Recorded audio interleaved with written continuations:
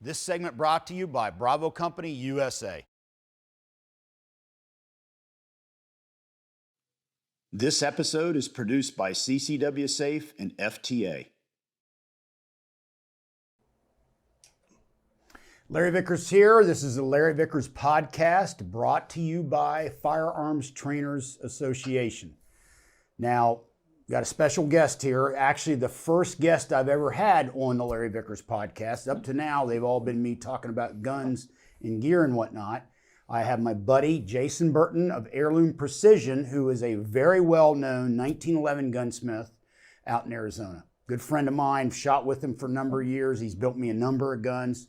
I consider to be one of the very best 1911 pistol smiths of all time. Thank you, my friend, for joining us. You bet, man. Appreciate you having me on. Oh, yeah, absolutely. Justin came up with a list of people to have on the podcast, and he had you on the list, and I went, absolutely. I'm all game for it. I appreciate it. So, if you won't mind, just to set everybody up, how did you get your start building 1911s? Where did it start? Just kind of set up your past so we can kind of give everybody a little bit of background. Yeah, I was lucky that I got brought up in a house with guns. So, my dad was a big gun guy. And he was very into like Sharps rifles, single action armies, and of course 1911. He was in the Army in the middle 60s, so he's a tank driver, so he got issued a 1911 and a grease gun, which is really cool as far as I'm concerned. And so I got brought up shooting, and when I turned 21, I wasn't as much really enthused about going out to the bars and drinking. It's not that I didn't want to do that, but the idea for me was I was very, very into getting my concealed pistol license. I thought, if I'm going to strap this gun on me, I should probably know how to use it. So one thing leads to another. You start shooting a little bit more. You kind of start figuring out what guns work for you, what guns don't work for you, a way to carry them. And I kind of discovered the 1911. It's not that I didn't know about it. I'd obviously shot one before and I owned them, but I thought the gun was always going to be too big to carry. Mm-hmm. But I dove right in. I got a good holster, a good carry system, started carrying the gun, shooting the gun a whole bunch, and realized, man, this thing's really cool. So I progressed from a production gun to a semi-custom gun, finally discovering custom guns. And I bought in like the early 2000s, I bought a used Swenson gun. It was my first custom gun. Okay. And, once I saw what really could be done with the platform, I was just, I was bought and paid for right then and there. I thought this is so cool. So I discovered other custom makers, and I just had a goal that I wanted to dive right into this thing. Fast forward to about 2005, I got an opportunity to sell my business that I had in Washington, move to Arizona, and dive right into building custom 1911s. So, that's 15 years ago now. And my goal has kind of been every day that I get to build a gun, I want to be better than I was the day before. I want to focus on a way to improve my craft, never stop learning, and never be satisfied with the end result. No matter how good it is, it can always be a little bit better. And that's sort of been my mindset with regards to building guns. Excellent. So you've been going at it full time since 2005? Yeah, full time since 2005. Yeah. Oh, awesome. Yeah. Yeah, I'm lucky every day to do it. I love my job, man. I really love what I do. Oh, I know. Every time I talk to you, every time I come out there and I do one of my joint classes with Latham, I come by and say hi, and you say that every time. Man, I love coming to work every day. I don't regret it at all. I love what I'm doing. Now, let me couple things. Yeah. I would imagine by now you get a lot of repeat business. I do. Yeah. I know. A significant amount. Lots. Yeah. Yeah. Like Jim Garthwaite, who's recently passed away. Sad to see him go. Long time 1911 pistol smith. Very well known, very well respected, well liked. Yeah. I remember my buddy Hackathorn run into him one time at SHOT Show or somewhere, and he was talking to him. He said, I haven't heard much from you, Jim. Jim goes, I've got so much business from repeat customers. I don't advertise. I'm just covered up just doing guns for people that come back and want a second, third, or fourth, or fifth gun. And I was thinking about that today before we started this podcast. I will bet you're getting in that same boat. You're getting new customers, but you could probably almost just do your work with repeat customers. Yeah, especially the last 5 years, it really seems like it. I actually stopped taking on new clients 2 years ago. Okay, because I looked in the safe, even in my office. I got those 2 safes in the office, right? And so like I looked in one of the safes and I thought, how am I ever going to get through all this work? This is a little bit like crying in my beer, right? A little, I'm lucky to have the work, but I look at those guns that are in the shop right now. So many of them, probably 70% is repeat customers. Yeah, I figured as much. Yeah. Now, what do you mainly build? Right, I know 45 ACP and whatnot, but what's the main thrust of the guns you build? What's some of the variations that you're willing to do, and then what's some stuff that you're not really a fan of doing, like you try to stay away from? Yeah, 45 ACP government models. I mean, that still is going to be 70% of what people ask me to build for them. Steel frame, generally on Colster Springfields. And I would also say that that's the thing I like doing the most. It's a classic gun, right? You could polish blue it, you can hard chrome it, you can make a two-tone gun. It can be kind of anything you want it to be, with lots of styling choices thrown in there. Stuff I get asked for also, 9mm. I mean, yeah, I was going to ask you about that. Where's that come? Man. Yeah. Not like tons. I've done more 9mm probably in the last 3 or 4 years than all of the years combined before that. Mm-hmm. And I'm not a high volume guy. I mean, I work every day, but I'm not making 20 guns a year, right? So to see how the 9mm has risen up in terms of popularity with the 1911, which I think has a lot to do with, they kind of solved the magazine problem and stuff like that. But I do a lot of 9, and I would say that of the 9mm, half or better are commanders. Mm-hmm. Guys like lightweight commanders in 9. And I think it is still a logical choice. I'm still a government model guy. I still like 45 ACP. I still shoot in that division in IDPA. I'm still shooting CDP. But I can see why guys want 9mm 1911. Yeah. And then things I won't do, I won't build an officer's length gun. It's too short. Yeah, agreed. I'm okay with a CCO, a commander top with an officer's frame. And I like those in 9mm, not so much fan in 45, but I don't really do any wide body stuff either. I've done a couple, but I guess it's just not what I wanted. Yeah. I don't want people to see it and have that be the representation of my work. Yeah. I think I would like people to see classically styled blued or two-tone guns and think, okay, that's what he did. He built guns like that. Do you ever build any in 40 Smith & Wesson or in 10 mil? 10 mil, yep, you bet. 40 really don't get any call for it. Yeah, I've never seen as much. Off of 40 for some reason. Rob Latham is Mr. 40. Yeah. We love Rob, but sometimes we got to remember, he needs adult supervision 24/7. Yeah, he's the only guy I know that still uses 40. I mean, everybody has kind of hit the delete button on that. So I would have been shocked if you said, "Oh yeah, I build 40 1911s." I would have been surprised. How often do you get requests for 10 mil? Maybe one a year, or one every 18 months. Not that often. Are those built on Delta Elites, or are they something you do kind of with a different slide and frame? Generally Delta Elite or on Springfield frames, and then they still build a slide. They came out with 10mm a few years ago, so they have slides that have the correct breech face, and I can get frames and slides from them. Generally speaking, people will send in a Delta Elite. Mm-hmm. Cool. Now, I know you hand cut your checkering. Yep. 30 LPI is the norm. You normally. Yeah. More people ask for 30 than anything else, and then from there, 25. Mm-hmm. Yeah, when I was building 1911s back in the day, 25 didn't exist. It would have been the great compromise checkering. It would have been awesome, but it didn't exist. There wasn't 25 LPI checkering files. There was just no way to do it until Pete Single started doing it. Via machine, you couldn't get it. There was no files and whatnot. That sites you normally use, or the site that you basically make in house, or what is that? Where does your site come from? Generally, I start with a Heine Slant Pro, and then I'll modify the shape of it a little bit, narrow it up front to back so that change the sweep, and I take the rear leg off of it. Not because there's anything wrong with the rear leg that's on it. I like to take the rear leg off because then if when a guy gets the gun, he shoots enough rounds through it If the firing pin stop, great. He doesn't have to shorten a firing pin stop to put one in. Yeah, you're right. He can stick a standard length one in. Yeah, for sure.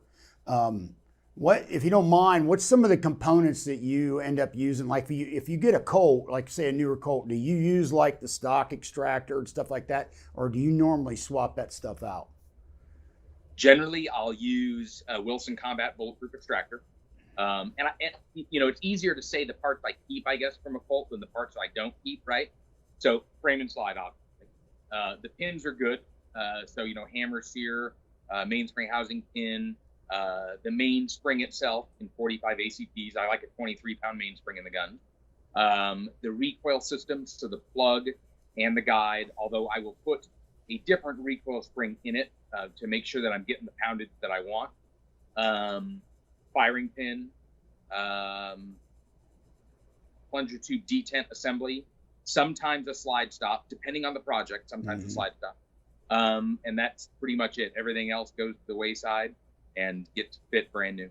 Got it. Now you mainly do, what I see, I follow your stuff on Instagram and whatnot. I see a lot of polished blued guns. Is that pretty typical? Very typical. Yeah. Very second to that, I would assume would be two-tone. Yep, absolutely. Yeah. Second to that's two tones. Now, polished blue, 70%, two tones, maybe 25%, and then the other 5% would be hard chrome gun. Yeah. Now, I just did a segment here earlier on a gun I built years ago, kind of in the style of a Delta 1911 on a stainless gun. As far as I know, it's the only stainless 45 ACP I ever built, and I never wanted to build one again. Do you build many on stainless at all? Do you do many in that platform? I will. Yeah, there's the gun right here, as a matter of fact. Yeah, there you go. Yeah. I'll do it if somebody wants it, right? I'm trying to think if there's any stainless guns in the shop to get built. I think I got one to build right now, and I think the last full stainless gun that I did was 4 years ago, and it was a Delta Elite. Now, do you, what I've seen when I've fitted these up is they gall and they're horrendous to try to get a good slide to frame fit on. I mean, they're just horrendous. Yeah, it's my worst fear with stainless guns, right? You get a great frame and slide fit, and then somewhere else in the build, you push up a burr or something gets caught in there and it wants to tear the material. And even with so I'll do a weld up frame and slide and I'll recut all the raceways in the slide so everything is absolutely arrow straight. But stainless guns they're either really, really, really well fit, right? Where you're like, amazing how great you could get this thing to fit. Or you look at them and you're like, I left it loose because it's stainless. And then they got to heat up too. The thing that a lot of people forget is that, if you go out and shoot the gun a whole bunch, just put 100 consecutive rounds through the gun and see how hot it gets. A lot of people don't recognize that is going to be an element you have to take into consideration when talking about the material of the frame and how the tightness of the frame and the slide is affected by the heat. That's a good point. It's a whole different animal, stainless. Yeah, big time. I generally stay away from them. My theory behind it was, one, if you want a stainless look, try to go down the path of like a hard chrome gun. And then granted, it is a little bit different. It has a little bit different sheen to it. And then my theory would be, if you want something stainless, do a stainless frame and a blued slide. But doing it all stainless gun was nightmarish. I've only ever built two, and both of them had galling issues with the slide to frame fit. And I had a student come to my gunsmith class a few years ago.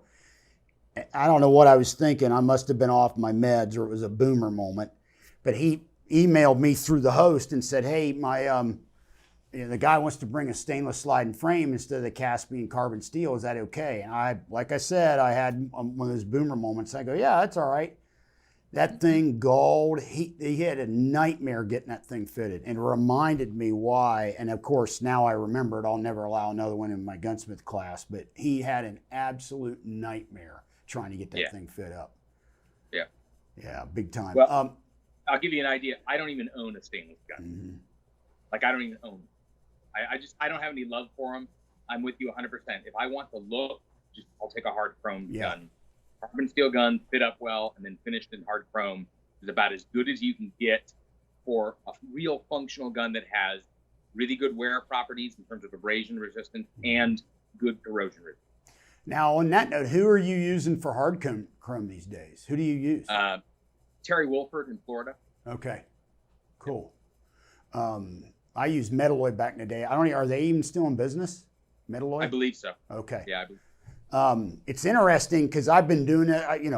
I did pistol smithing several years ago, and then I've been teaching and all that. But it's interesting. It's in some cases. I even did it when I was talking about this pistol earlier on the earlier podcast. Is I'll bring up stuff like, well, I'm not sure they're still in business, or I think like, for instance, I used the King's thumb safety. I think King's is no longer in business, are they? No, they're done. Yeah. They're Yeah. out of business. So. Yeah. Some of my stuff's dated. Like I didn't know if Metalloy was still in business, so I'm kind of dated on that side. What barrels do you normally use? I like carts, Mm-hmm. and I like carts and bars. Though I think bars still make a good barrel. In fact, I rebarreled one of my personal guns, the gun I shoot a lot, and put a bar stow in it. In part because I didn't want to have to glue a barrel, so I just figured, well, I'll fit the barrel, fit a new bushing, and it's stainless, and I can just finish it right there. I like cart barrels, and recently I've been getting cart barrels that are short chambered as well. So it allows me to fit the barrel the way I want, equalize the radial locking lugs, and then I can control the final headspace dimension versus, relying on how deep their chamber was, and whatever my barrel extension ends up being in terms of length then is now going to determine my headspace. I don't have to do that. So if I had to pick one barrel for the rest of my life, I would just use a cart. Cool. And it's interesting you hit on something that I talked about earlier, is you got to remember cart barrels are chromoly and they'll rust. They'll rust if you don't stay on, especially if you're a guy that's used to Barstows or Wilsons or a stainless barrel that you can abuse and it doesn't rust. Now they go to a cart and it will absolutely rust. So you normally, correct me if I'm wrong, when you're using a cart, you normally blue the barrel to get some corrosion. Yeah. Yep. That's correct. It's interesting. And now you're in Arizona, so rust isn't that much of an issue, but you go elsewhere in the country and I've seen them rust before. They're like, my God, what's that? I didn't know it'd rust. I thought it was stainless. It's like, no, dude, that's carbon steel in the white. It's not stainless. Yeah. And now in 9mm, what do you still use cart or do you use Barstow? What do you use in 9mm? I'll use either one, but the cart barrels, generally speaking, I'll order them direct from cart with a Clark Para ramp.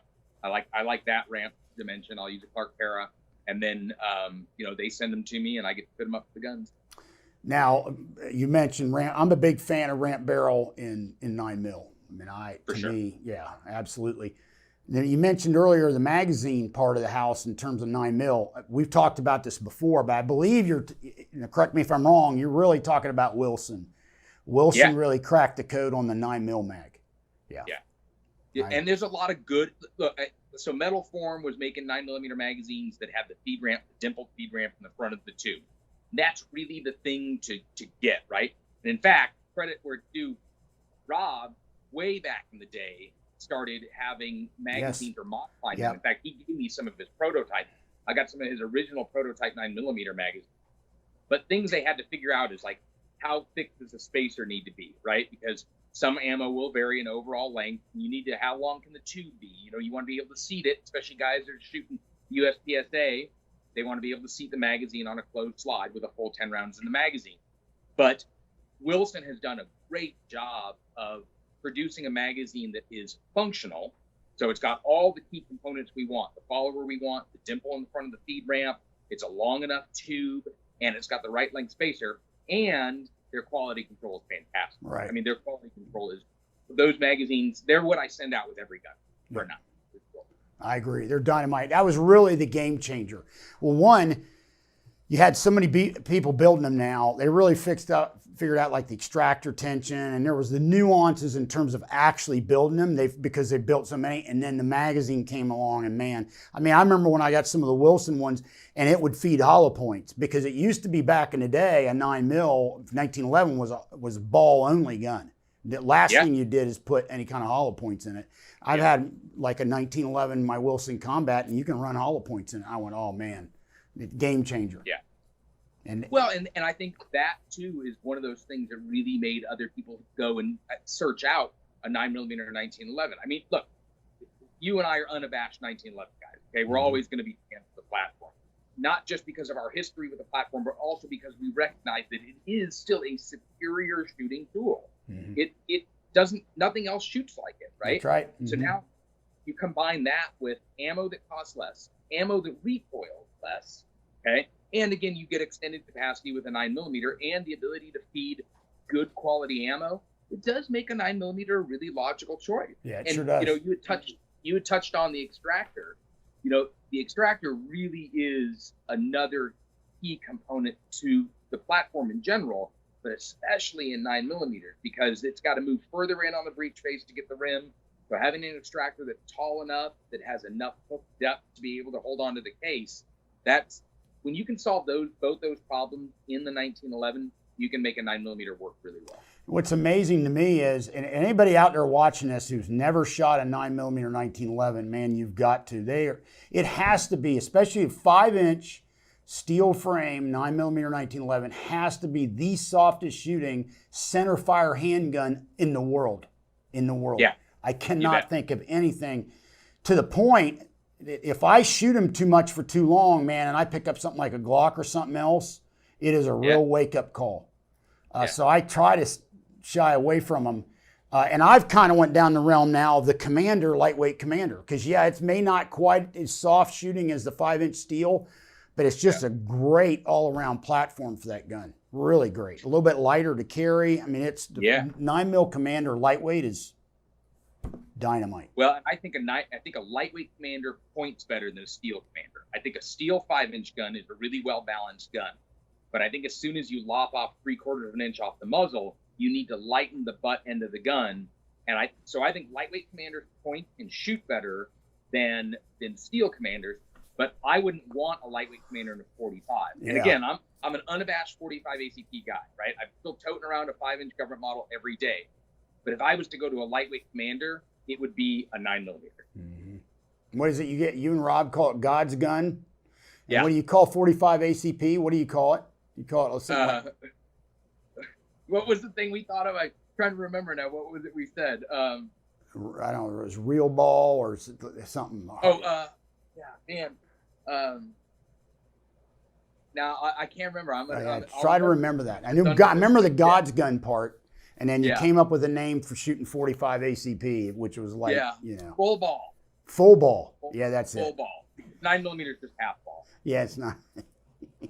It's 45 full ball. Yeah, cool. So now sights. I know one of the things you do on your front sight, you like to do that gold stripe, vertical stripe, right? So it's like kind of a variation on the gold bead, but you do. How do now that's real gold. Yep. Right. Yep. And then so how does that go about doing that? Something you insert yourself, and then how does that all work through?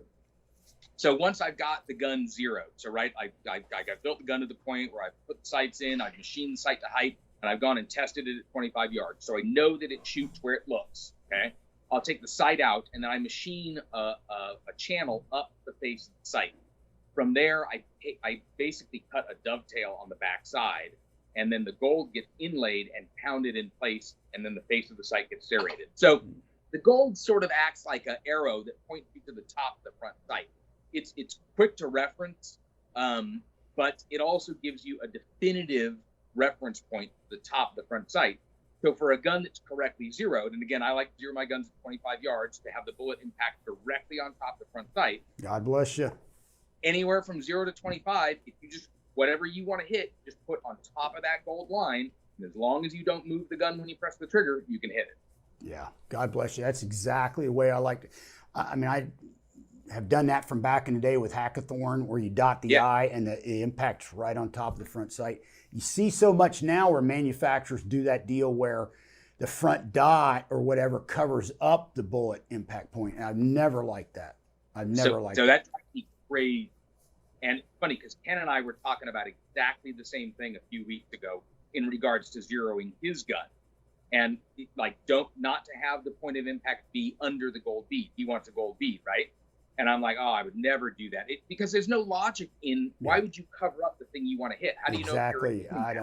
I'm with you. And you see, SIG does that. HK does it. It's real common now. Real common do it. Where you bring it up, you line up the dots, and wherever the dot is, the bullet goes. And I've never liked that. I do not want to cover up the thing I want to be hitting. I agree 100%. I agree. Now, one of the things, my personal opinion is, fiber optic's great, and when I think fiber optic, I think Glock. I think one of the other guns. I really don't think of a 1911. I mean, it's perfectly usable and whatnot and a competition gun, but on a classy 1911, when you're spending a lot of money on it, I just can't see a fiber optic front sight on it. That's where your gold stripe comes in, a gold bead. But one thing you did for me recently, which was killer, was you did an insert. So it gave me an HD style front sight. That was really cool. How did you come about doing that? Well, the HD sight was sort of the inspiration for it. And I had looked at a couple of different things. So we go back even further, right? Smith & Wesson for a long time put the red ramp, the orange ramp inserts, right? Yeah, right, yeah. When the wheel guns. And what they would leave is, you look at an old Smith & Wesson 29, it was inserted underneath the tip of the front sight. So you could still get a really precise sight picture, but if you wanted speed with it, the orange or the red ramp that was there gave you a very fast reference for the front sight. And then I had some DeVal back in the day, right? So I had some DeVal 39s and 59.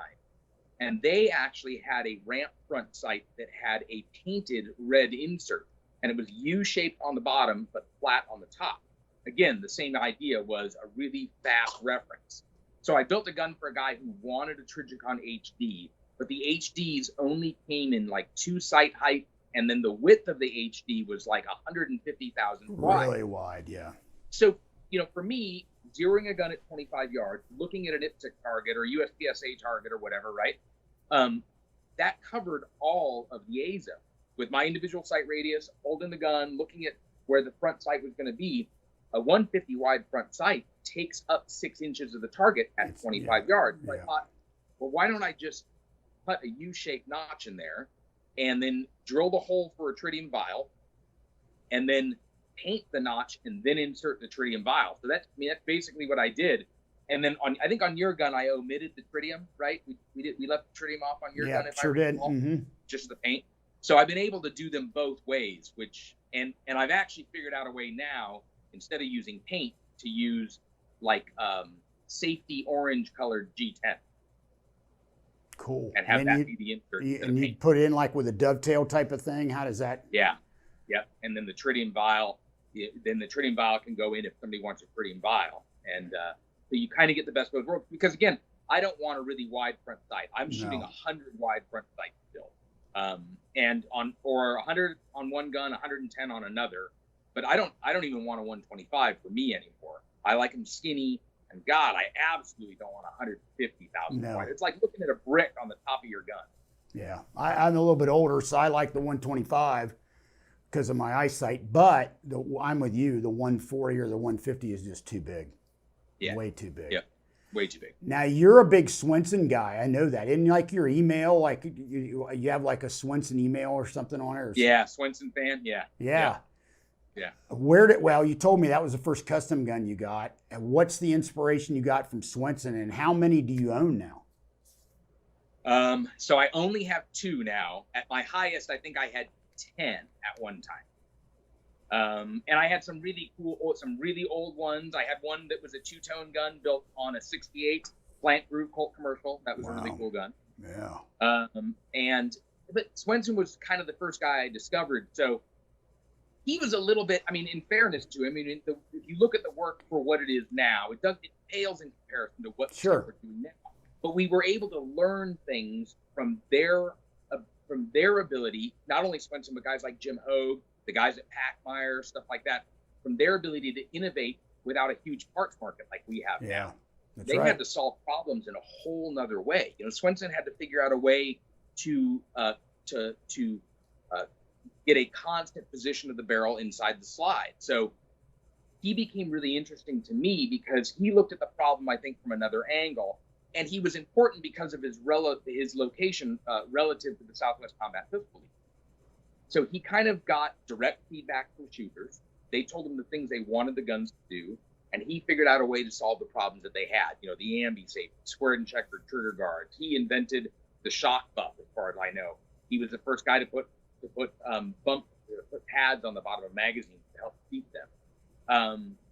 So he just was always an interesting character to me. I think his work spanned a long enough period of time with a diverse enough cadre of shooters to where he got to learn from the guys that were pressing the trigger. Yeah, big time. Hackathorn's mentioned him many times. I guess he used to zero his guns. He had a scope. Correct me if I'm wrong. Yeah. Didn't he have a scope on a basically a mount that bolted to the side of the gun? It replaced a grip panel. And then Ken said he'd shoot him one-handed using the scope. Yeah. He would. That's the same thing I heard. Same exact thing. And he would send test targets. Yep, that he clipped off. Yeah. Yep. Pretty cool. And the vast majority of his guns were hard chromed, right? Yep. Yeah. Yep. And then have you ever tried to do, because Hackathorn was telling me, and he got I wish Ken would write a book on this. I mean, I really wish he would before, we don't have him anymore. But he was saying, what's kind of interesting is you have the Swenson side of the house, which almost has that Germanic, old Germanic style hand craftsmanship where you can tell it's well done, but you can tell it has been worked by hand. Whereas the texturing on top of the slide and all that kind of stuff. And then you kind of had the Jim Hogue thing and the Richard Heine thing where the stuff is real cleanly executed, where you almost like it came from the factory that way. And that's kind of the two. Have you ever tried any of the Swenson stuff, like the texturing on, and you basically are following, like I did. I followed the Hogue, Heine kind of approach where the stuff comes in where, you look at it and it looks like it came that way from the factory. It doesn't have that obvious handwork. And that's obviously the vein you've ever been. Have you ever tried any of the Swenson stuff where you do the texturing on top of the slide or any of that? Yeah, I've done it. I've done it on many guns. And he used to do it with a file and a hammer. He would lay the file on the slide top. Yeah. As he turned the file, he would hit it with a hammer and it would produce that long granular pattern. And I've even done that. I rebuilt the Swenson gun about a year and a half ago, and it had lost its barrel positioner. The barrel positioner came loose, came out the top, so I had to fabricate a new barrel positioner, install it, and then map the slide top to match so I could blend the barrel positioner in. So I've kind of done it all the ways, but I totally agree with what you're saying in terms of, Swenson did things that were, they not to diminish his importance, but they were crude compared to the guys who came next to him. So guys like Hogue looked at his stuff and said, okay, that's really cool what he's doing there, right? The ambi safety, the squared trigger guard, but then he did it better. And guys like Heine then, again, the next step up. I mean, you really can connect the eras of pistolsmithing kind of in those three things. And I would throw Pac-Meyer in there as well. Yeah, for sure. From the idea of having a multi-man shop where they were building a gun that, after 81, the combat special became the thing everybody wanted. Big time.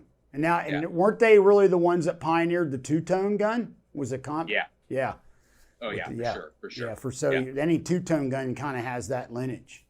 Yep. Yeah. Yep. No doubt about it. One of Ken's biggest regrets is, he's got a gorgeous Pac-Meyer Combat Special two-tone gun, and then they do one of those deals where Rob's got one too, and it has your name on it.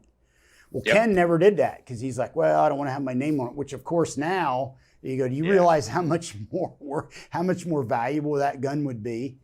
Yeah. Another thing is, what's interesting is I remember getting the Pac-Meyer worksheet years ago, and there was all these different levels of guns. And like Ken said, most people got the base level. Didn't have a beaver tail, had the Pac-Meyer wraparound grips, all that kind of stuff. And Bill Wilson was talking about, and he's certainly, I know now he's rectified it, how incredibly difficult it was to find. He wanted one for his collection, a high-end version that had the checkering and all that, and the custom beaver tail and all that on the Pac-Meyer Combat Special. They were not easy to find at all. Yeah. Well, and those guns, so if you go back and you look at the Pac-Meyer catalog from 83, and then I think they updated it 85 or 86. If you look at the cost of those guns, they were expensive guns back then. I think the base price for a combat special in 85 was still $1,400. Yeah. And I mean, that was a lot of money for those. And then you look at what the cost options were, if you wanted it, the beaver tail, right? Or if you wanted the slide top serrated, or even just the built for, custom built for, all of those things. So there are a lot of those guns out there that are just sort of what we would call base model Pac-Meyer combat specials, not necessarily, a full tilt job. You could get the wide link and the Remember they had the slide stop that had the interchangeable link slide stop pins. Yeah. The sky was the limit at Pac-Meyer. Yeah, pretty cool, man. Pretty cool. That 50th birthday gun you built of mine kind of was inspired by the Pac-Meyer Combat Special in a way. Two-tone. Yeah. We kind of replicated that beaver tail look and whatnot. Yeah, that was a cool gun. Yeah. That was the first gun I ever did with a squared guard. Oh, really? Yep, that was my first squared guard. Yep. How many have you done since? Is that pretty common? A bazillion. Yeah, really? Lots. I like doing them because they're a challenge to make them look like they grew right there on the gun. It goes back to that, make it look like it left that way kind of idea. That lots. In fact, I've probably built 3 or 4 exactly like yours, where a guy was like, "Hey, I just want one of these." Yeah, I mean, to me, I don't use a finger forward or none of that crap. I think it just looks cool with a squared guard. I mean, I really do. I think it's a cool looking gun, without a doubt. So what do you got cooking right now? What do you have on the workbench? What do you have on the horizon? Because I know recently, not too long ago, you built the Decennial. Am I saying that right? You built kind of your 10th anniversary gun? Yep. Is that right? And of course, typical for a custom pistol smith, it took me 2 years to build my 10th anniversary gun, right? Yeah. Yeah. So I started that project in 2015, and I finished the gun in late 2017. And right now, so I'm actually finishing a gun for Ken right now, on a 68 AMU Bolt commercial, blued gun, but with a squared guard. Pretty cool gun. Of course, it'll have ivory grip, very true to Ken. Yeah, for sure. And I've got a special project I'm doing for the guys at Milk Spark, and that very shortly to finish up. And then somebody's going to get a custom 210 here pretty quick as well. Cool. Excellent. Yeah, that'll be a one of a kind. One of a kind, yeah. Waiting for people to beat you up over that. I saw Larry's. Yeah. Can I get one? And the answer is no. Unfortunately, it's cool. Cool gun. Oh, yeah, cool gun. Yeah, that American-made P210, especially for the money, is a fantastic gun. For sure. Very impressive. Yeah. Cool. That's about all I can think of, man. Justin, you got any suggestions? Yeah, I had a question for Jason. Jump in here, bro. What's your machining background? Did you have a machining background before you started smithing, or would you pick it up what you needed as you needed it, or how did it work?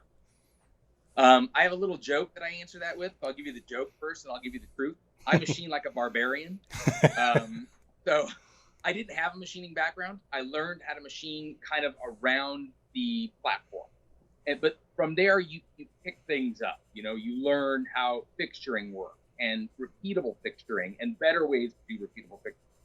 And from there, you can come up with new ways to modify the gun or ways to improve things you want to do. Like my barrel fits have changed dramatically over the last 10 years because through machining, I've been able to do things I just couldn't do without like a reinvestment in tooling or a reinvestment in machining. So I know machining, and I tell people this really freely, I know machining around the platform, but I'm not a machinist, but I can do things on a machine. Got it. Do what you need to do for the guns. Cool. Yeah, and maybe a little bit more. I mean, obviously there's things I don't do on the 1911 that I know. I mean, I can thread, I can do all that stuff, I can fabricate parts, but a lot of that is born out of having learned machining around the platform versus having been a machinist and then dove into the platform. You mentioned threading, and have you ever done a threaded barrel gun? No one's ever asked me for one. Huh, interesting. Yeah. One other question I had. What are most of your triggers set at when they leave? Do you get guys like Rob who want super light triggers, or you send them most of them out 3 to 4 pounds, or do you set it whatever they want? I mean, how's the triggers work? Generally 3 to 4 pounds. I like about a 3-pound trigger personally. Okay. And most guys just say, hey, I'd like a 4-pound trigger. I think the gun becomes a little bit more usable with a 3.5-pound trigger without being so light that it's gonna, surprise somebody when it goes off. Generally, I don't get requests for Rob style triggers. Yeah, his triggers are light. Yeah, they are. Oh, Rob, what a piece of work. There's only going to be ever one Rob Latham, and you know what I'd say? Thank God. Oh, yeah, I was going to say, yeah, thank God. One more. About how many guns a year do you do? Does it vary or? Man. Yeah, it does, because every project takes a different amount of time. I clock every job kind of by hours, right? So I keep track of how many hours I have invested in the gun. I'm never really in a hurry to get from one gun to the next. Gun's got to be done, as far as I'm concerned. So I don't look at guns like I got to do one every 2 weeks or I got to do this many a quarter. I think last year, I built 14 guns. Yeah, wow. 15 guns, so not that many. Yeah. They're really time intensive. Again, I Big contrast like now 10 years ago. The guns are a totally different animal. I've just figured out how to do things that I think make the gun better from a long-term perspective. But the time investment in the build, of course, then. Well, that's it. Every time I do one of these gunsmith classes, and I haven't done one now for a couple of years, but I do one about once a year-ish, and I get in the middle of them, it reminds me they are so time intensive, it's not even funny. It's off the chart. People, they look at, what one of these guns costs, and they're very expensive, but when they see the amount of time that goes in it, they're like, oh my God, I'm surprised you're not charging more. There's a lot of time and effort that go into these things. Big time. Yep. Yeah. Big time. I think the last gun that I finished, the last gun I delivered, I had like 140 hours. Wow. Case in point. Do the math on what you should really be charging, and actually, when you look at that, and it's a bargain, to be really honest with you. Yeah, for that type of skilled labor, it's so unique. Hey, one last question for me. Do you ever see Bomar sights anymore? Does anybody want those? Are they? I haven't seen hardly anybody building with a Bomar anymore. Yeah, I'll still do one again every 18 months or so. And when I do, though, it's generally for a guy who also wants the Bomar to complete a look for the gun, like a squared and checkered trigger guard. Yep. I get a lot of. In fact, I think the last 3 Bomar installs I did were all on guns that they wanted a squared and checkered trigger guard, and they wanted it to be a 2-tone gun, and they wanted a beaver tail that wasn't necessarily like the one on your gun, but didn't have a hump. So they wanted the gun to look more, I guess we would call that maybe a middle 90s style gun, where those things were all still really common on custom guns. Yeah. And I guess, because Bomar's been out of business now for many years, right? Yeah. And there's for a long while. There's a few variations on the market of it, but I would guess for the guys that want those style of guns, I mean, you can source them, you can find them, especially if it's something you're only building once in a blue moon. Yep. Yeah. The Champion site and EGW makes one. I didn't know EGW made one. I did not know that. Yeah. Yeah, they're sort of the new replacement for the Bomar. But I'm lucky. I buy Bomars whenever I see them, and I just stick them aside because, again, if a guy sends me hey, I got a 68 Colt commercial, right, and I want to build a squared and checkered trigger guard, 2-tone, ambi safety, retro style gun, I'd like it to say Bomar. Without a doubt. Yeah, I agree 100%. Fortunately, that's something you don't have to build all the time, or you'd run out of Bomars pretty quick. Yeah, and of course they take 3 times as long to install as a Heine does. To machine the pocket and then to thread it for the elevator screw. They're cool. I like them because of what they represent, and I think on a gun that is, again, retro style, sort of a period piece, a theme gun, they go really well. I still would rather have a fixed sight on a gun. Same here. But, I agree. Yeah. 100%. And I agree with your feelings. It's, like a retro theme deal. Hey, before we go, I want to hit on gun leather. You hit it earlier, gun leather. I know you are a big fan of gun leather. You collect the stuff. You got a lot of knowledge on it. Can you touch on that a little bit? Yeah. It's sort of, I think they go hand in hand with 1911. I mean, I got into holsters because I needed a good holster to carry a 1911 in. So my first good holster was a Milt Spark Summer Special. I mean, 24 years ago now, I bought my first Summer Special, right? And I still have it. I've used it a lot. That led me to other makers, guys like Matt Delfatti, very boutique maker, kind of does what I do, really doing one-off custom stuff. Eric Little, who is in Montana, John Ralston at 5-Shot, Josh Bullman, who's in Pennsylvania. One of the best guys I ever knew in my life was Lou Alessi before he died. And, he was sort of the prince of the industry, we used to call him. But, I've been able to have a good complement of fine gun leather. And then, of course, you start looking for older stuff. Like I had a huge Bruce Nelson collection for years. I mean, I had everything from him, and I would search that stuff out. And, you know, it pushed me off into different areas, looking for different makers. But for me, it's always been that goes hand in hand with 1911. A really good leather holster that has some historical importance fits really well with a polished boot. I agree 100%. To me, the classic 1911 pieces are one, you not have a fiber optic front. I mean, I don't want to step on anybody's toes, but fiber optic front to me is not a 1911 thing. I would tell people to look at something in the HD realm before you do fiber optic, and also a leather holster. I mean, Kydex is cool. I've used it for a number of years in a variety of pistols, but when I think of Kydex with a 1911, it just doesn't go together. To me, a leather holster, it goes with a 1911. Yeah, and especially a custom built 1911. You know what I mean? Like you really, it just wouldn't look right in the pictures. And there's a lot of great Kydex out there. I mean, I won't diminish the skill of some of those guys. You know, JM Custom Kydex, I've got stuff from him, and it's fantastic, right? But nothing says 1911 like a leather holster. I agree 100%. Yeah. Well, thanks, bro. Greatly appreciate it. I know you're going to get pleasure. back Thanks to the for having me. workbench. Oh, yeah. First guest ever on the Larry Vickers podcast, Jason Burton. I appreciate it. Thank you. You got it, brother. Thanks a million. I'll see you later. All right, buddy.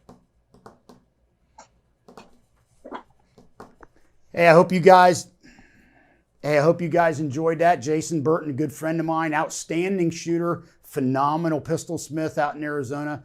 Website, heirloomprecision.com. You heard what he said. It may be a while before you can get one of his guns. You need to be patient. Patience is key in the custom 1911 world. I'm going to let you go. Hope you enjoyed it. As always, we'll see you back here next time on the Larry Vickers podcast. LAV out. To get 10% off all plans, use promo code LAV10 at CCW Safe's website and go to CCW Safe's YouTube channel for more great content. Hey, Larry Vickers here. I hope you enjoyed this video. Click here to subscribe to the Vickers Tactical channel and take time out to check out some of our other favorite videos.